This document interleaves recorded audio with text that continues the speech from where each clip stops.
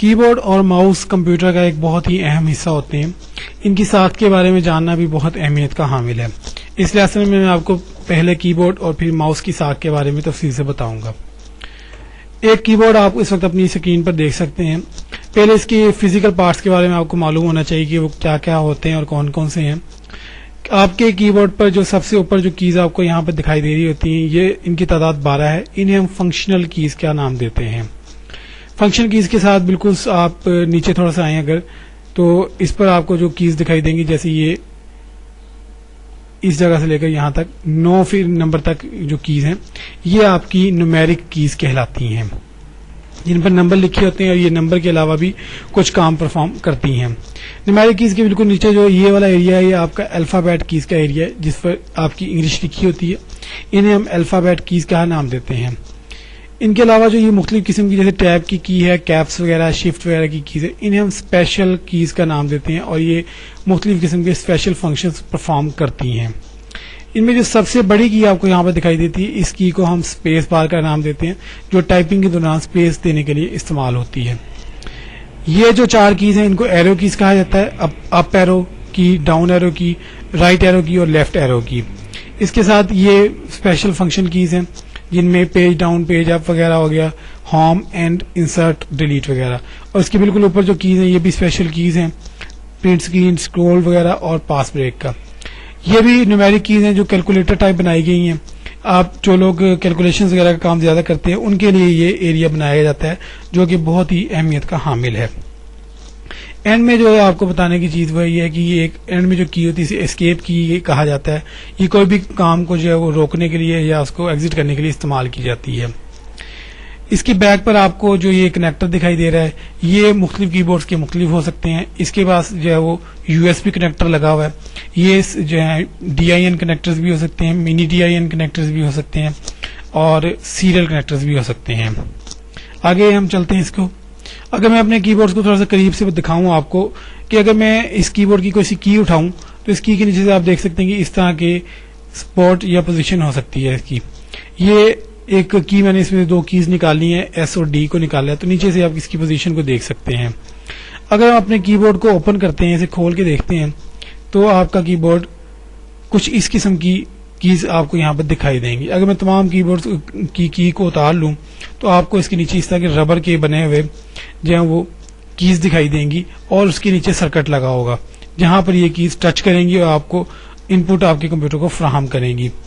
اگر آپ کا کمپیوٹر آج کل کے جو نئے جو کی بورڈ آ رہے ہیں، اگر ہم ان کی بات کریں تو آپ کھولنے پر آپ کو کچھ اس قسم کی شیپ دکھائی دے گی کہ ان پر یہ دیکھیں آپ کو ربرز دکھائی دیں گی. کافی ساری ہر کی کے نیچے علیحدہ سے چھوٹی چھوٹی سی ربرز پڑی ہوں گی، یا آپ اس پہ اپنی کمپیوٹر اسکرین پہ دیکھ سکتے ہیں.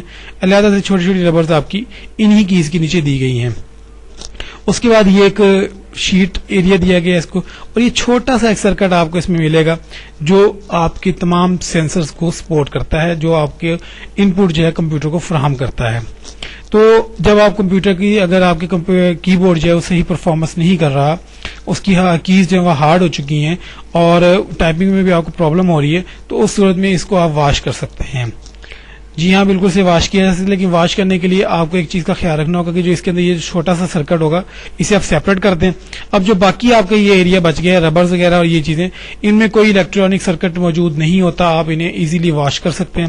لیکن ایک چیز کا خیال رکھیں گے کہ جب یہ مکمل طور پر خشک ہو جائیں تمام کیز اور ان کی ربرز، تب اسے آپ اسی طرح سے جس طرح سے آپ نے اس کو کھولا ہوگا، آپ اسے واپس بند کر دیں گے اور اس کے سرکٹ کو لگا دیں گے. ایک اور چیز آپ کو دکھاؤں کہ یہ دیکھیے کہ یہ کی بورڈ ہے جو پرانے کی بورڈ سے، ان میں کافی ہیوی قسم کے سرکٹس ہوتے تھے.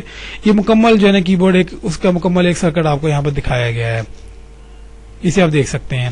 اس کو آپ کسی سے بھی مت دھوئیں. اگر آپ نے اس کو واش کر دیا، دھو دیا، تو یہ آپ کا ڈیفینیٹلی کی بورڈ جو ہے ضائع ہو سکتا ہے. یہاں پہ آپ کو کچھ بیک پر سکریوز دکھائی دے رہے ہیں.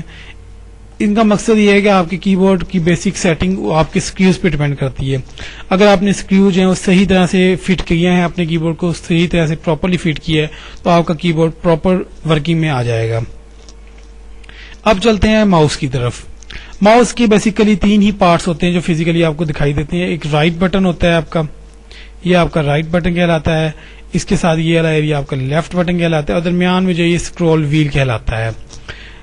اس کو اگر میں ماؤس کو الٹاتا ہوں